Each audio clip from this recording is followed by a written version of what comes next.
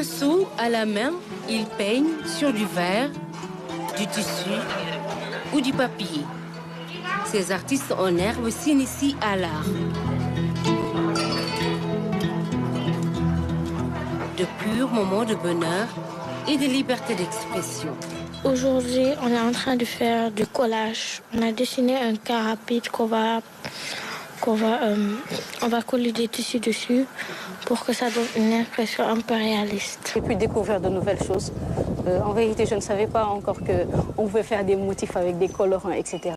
Et vu que c'était bio, on ne gâchait rien. Et c'était un moyen de nous déconnecter de nos écrans, c'était bien. On a choisi de prendre le safran et le figuier sauvage qui s'appelle Barbosa. Plus connu en Wolof, Gargambose. Donc on a choisi ces deux couleurs pour travailler avec les enfants. Découvrir l'art tout en s'amusant, c'est bien possible. Yéhou Art propose un cadre d'épanouissement artistique pour les enfants. En 2 ou 3 semaines, ils arrivent à réaliser de belles œuvres d'art. J'ai dessiné une personne debout sur une pirogue. Elle essaie d'attraper une planche qui se trouve dans la pirogue, le regard fixé vers la mer.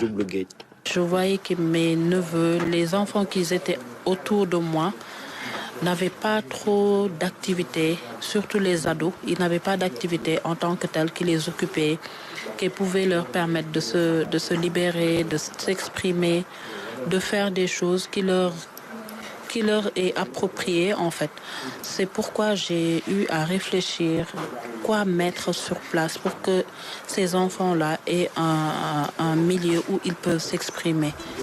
Customisation, peinture sous verre, stylisme, teinture bio, des disciplines artistiques qui stimulent la créativité chez l'enfant. Déjà, à l'école, c'était juste une activité.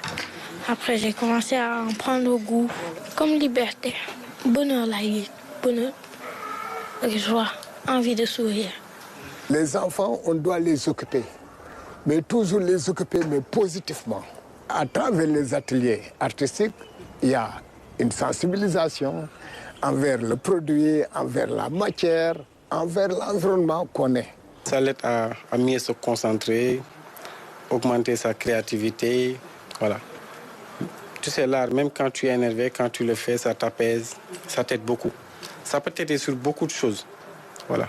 Par exemple, tu vois cette fille, elle est en train de customiser sa toolbox.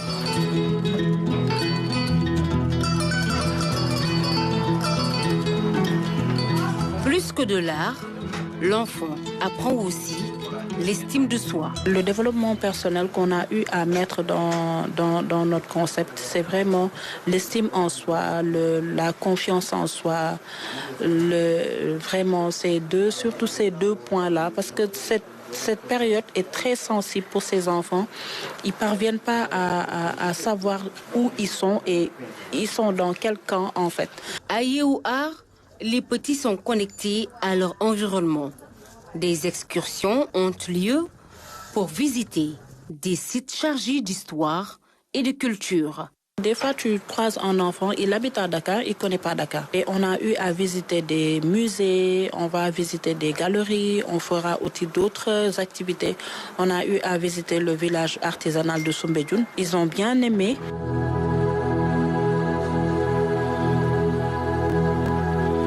De l'art, on passe au yoga. La posture de l'arbre, un exercice pour travailler le corps et l'esprit. Et c'est une posture qui demande beaucoup d'équilibre. Et on voit que les enfants, en ce moment-là, ils ont ce problème parce qu'ils sont plus sur leur téléphone. Donc, ils n'ont pas le temps de travailler leur corps.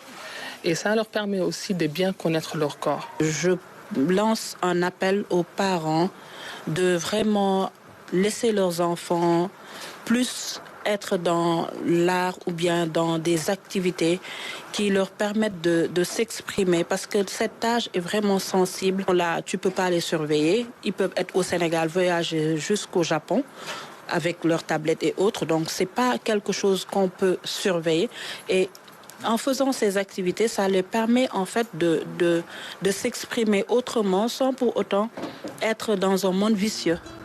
L'art est un moyen d'expression, À travers lui, l'enfant exprime ses émotions et développe son imaginaire. Avec le concept Yehu Art, la styliste Georgiana a trouvé une façon enrichissante d'occuper les enfants après l'école et pendant les grandes vacances.